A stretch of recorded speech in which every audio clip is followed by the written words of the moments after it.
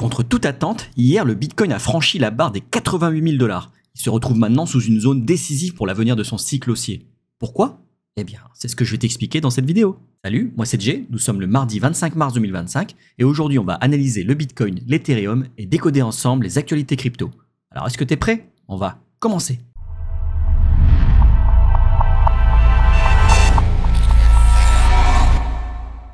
Alors j'en profite pour te rappeler que si mes vidéos te sont utiles, dis-le moi en commentaire, lâche un like, abonne-toi et active la cloche pour ne rien rater des prochaines actualités crypto. Et on commence tout de suite par une vue d'ensemble sur le marché qui est plutôt mitigé aujourd'hui. Pas mal de vert c'est vrai, mais il y a aussi du rouge.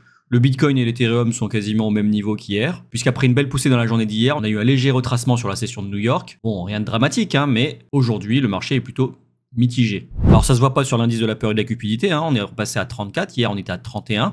On se dirige tout droit vers la neutralité, ce qui correspond parfaitement avec le prix du Bitcoin. Nous sommes remontés à 88 000 $, mais c'est pas non plus l'euphorie. Il y a 10 jours, nous étions à 77 000 $, mais il y a 2 mois, nous étions à 110 000 $. Pour l'instant, pas de quoi s'affoler.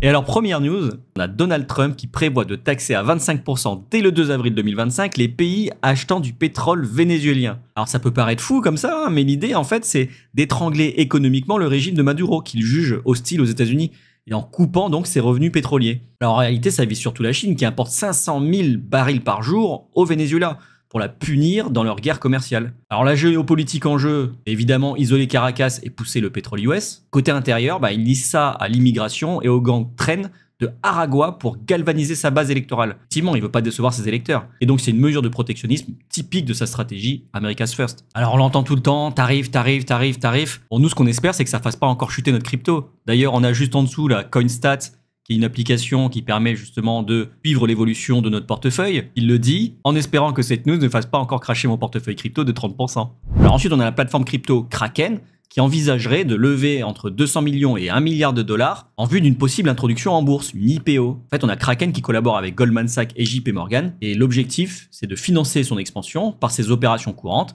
Après une année 2024 solide, 1,5 milliard de revenus en hausse de 128% par rapport à l'année précédente et l'acquisition très récente de NinjaTrader pour 1,5 milliard. Kraken est en train de surfer sur une vague crypto-friendly sous l'administration Trump. Et avec la SEC qui lâche du lest, évidemment, c'est un gros move pour rivaliser avec Coinbase qui est déjà coté depuis 2021. Alors l'année suivante, on a la société TMTG, donc c'est la Trump Media Technology Group. C'est la société média de Trump, qui annonce un partenariat avec la plateforme crypto.com pour lancer leurs propres ETF. Alors Trump a déjà la WLF, la World Liberty Financial. Maintenant, voilà que sa société de médias aussi met un pied dans la crypto. Alors, news suivante, on a Bo Hines, qui est donc le directeur des actifs numériques aux États-Unis sous l'administration Trump, qui dit « Nous voulons autant de Bitcoin que nous puissions avoir ». Il n'a pas tort de dire ça, parce qu'effectivement, c'est bien beau de dire « Oui, on veut 1 million de Bitcoin ».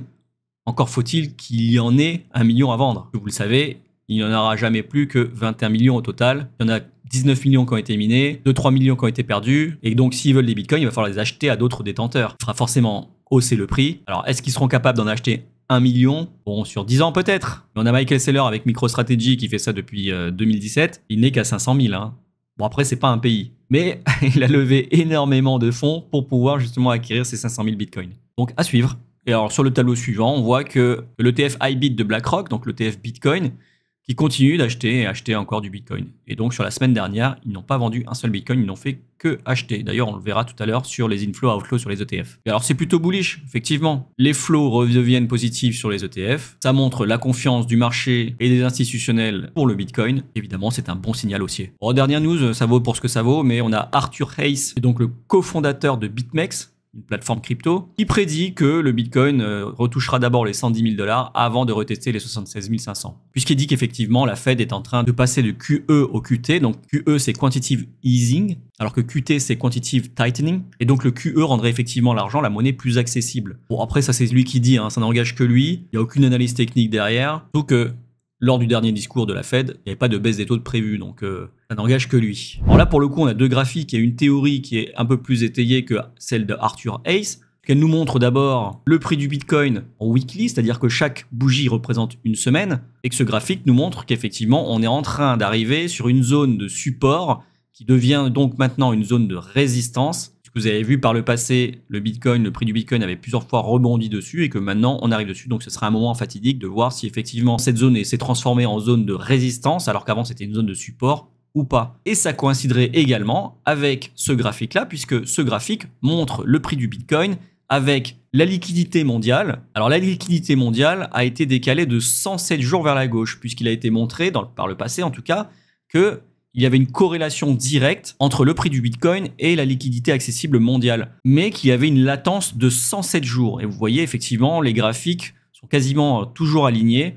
Et là, en fait, on voit que la liquidité mondiale en jaune a chuté à ce moment-là, ce qui pourrait effectivement correspondre avec le prix du Bitcoin, puisqu'on arrive sur une forte zone de résistance. Donc, on pourrait peut-être s'attendre à une petite chute avant finalement de monter. Vous voyez la courbe en jaune qui représente la liquidité mondiale a 107 jours d'avance sur le Bitcoin, et donc ça laisserait présager à une future hausse du Bitcoin. Ça, effectivement, bon, c'est pas sûr à 100%, hein, vous voyez, mais il y a quand même énormément de corrélations. Le prix du Bitcoin en orange, la liquidité mondiale en jaune, c'est quand même très corrélé. Donc là, si on suit leur logique, à partir du 30 avril, c'est là qu'on pourrait avoir effectivement un cycle haussier et atteindre d'ici cet été, je pense, les 125 000 $. C'était tout pour les news. On passe tout de suite au calendrier économique. Aujourd'hui, pas grand-chose. On a la confiance des consommateurs et les ventes de logements neufs à 15 h. Et ce ne sont pas des chiffres qui ont tendance à faire bouger le marché, hein. Si vous tradez aujourd'hui, pas d'inquiétude vis-à-vis des news. En revanche, cette semaine, jeudi et vendredi, il y a pas mal de news. On a le PIB, les inscriptions et demandeurs au chômage et surtout le PCE Core. Le PCE Core, je le rappelle, avec l'indice PCI, représente tous les deux indices principaux que regarde la Fed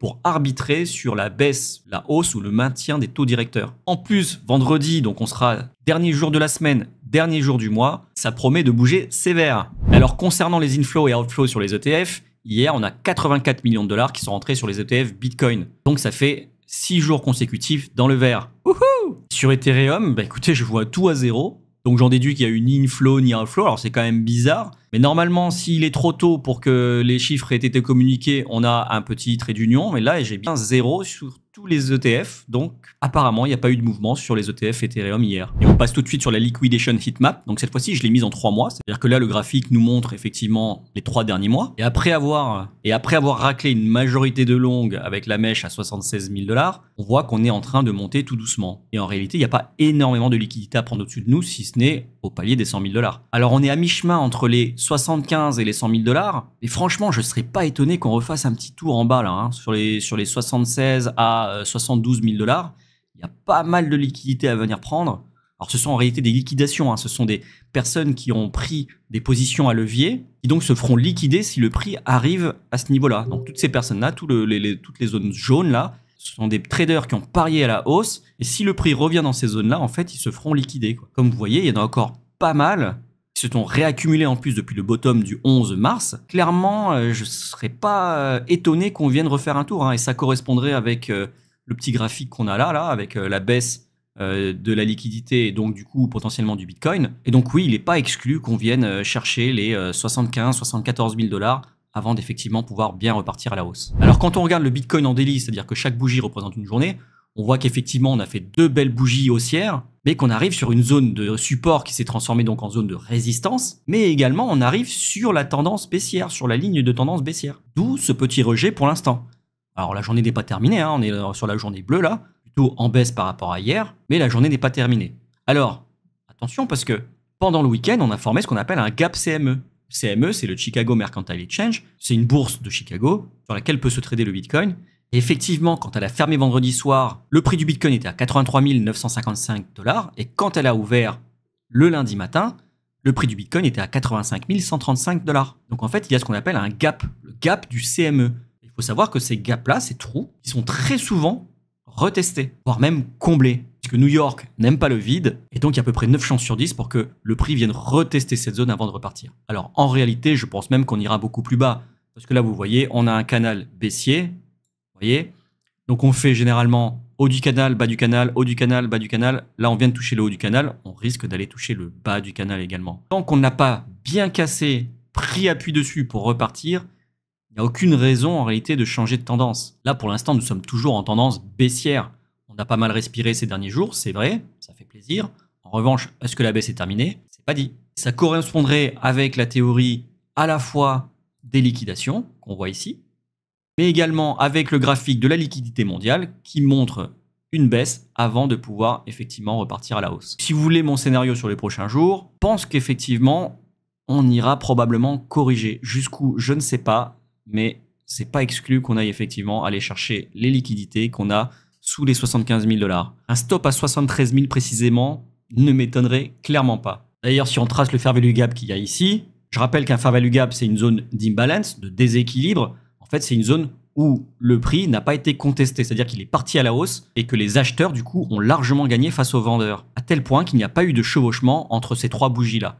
Et donc, du haut de la première bougie jusqu'au bottom de la dernière bougie, eh ben, c'est ce qu'on appelle une zone d'imbalance, un fair value gap. Donc si on vient chercher les 73 000 $, vous voyez, on sera pile en plein milieu de ce fair value gap. Alors par contre, ce fair value gap, il est important de le tenir, puisque c'est le fair value gap de rupture post-élection américaine. Il est censé être plutôt puissant, même très fort. Moi, ça m'étonnerait pas qu'on fasse juste une mèche, qu'on descende tranquillement là, et piou piou, pendant une journée, on fait une mèche comme ça, vous voyez, là, une belle grosse mèche qui serait aussitôt ravalée, pour enfin pouvoir initier la tendance haussière. Graphiquement, ça donnerait un truc un peu comme ça, vous voyez, une mèche, et ensuite un rebond vers le haut. Ça, ce serait le scénario qui, selon moi, serait le plus plausible. Mais il n'est pas exclu qu'on fasse un autre scénario et que, effectivement, on pète à la hausse, qu'on prenne appui et qu'on reparte à la hausse. Bon, je vous avoue que j'en rêve secrètement le soir, mais c'est pas pour autant que ça va se réaliser, malheureusement. Donc je pencherai plutôt vers le scénario le plus possible, c'est-à-dire un retracement, une belle mèche sur la zone des 73 000 $ pour ensuite repartir tranquillement à la hausse. Après voilà, c'est ma théorie. Je vous ai expliqué pourquoi je crois en cette théorie. Ça ne veut pas dire qu'elle se réalisera, hein, vous savez, c'est le marché qui a toujours raison. J'ai de fortes raisons de penser qu'effectivement, c'est ce qu'on verra sur les prochains jours. Alors l'Ethereum, quant à lui, il tente tant bien que mal de réintégrer son range. Pour l'instant, on n'y est pas. Mais en réalité, depuis 3 ans, on est en train de contracter le prix dans une zone où il va potentiellement exploser. Alors soit à la hausse, soit à la baisse. Vous voyez, si on dézoome un peu, qu'on se met en weekly, vous voyez, on fait un beau triangle là.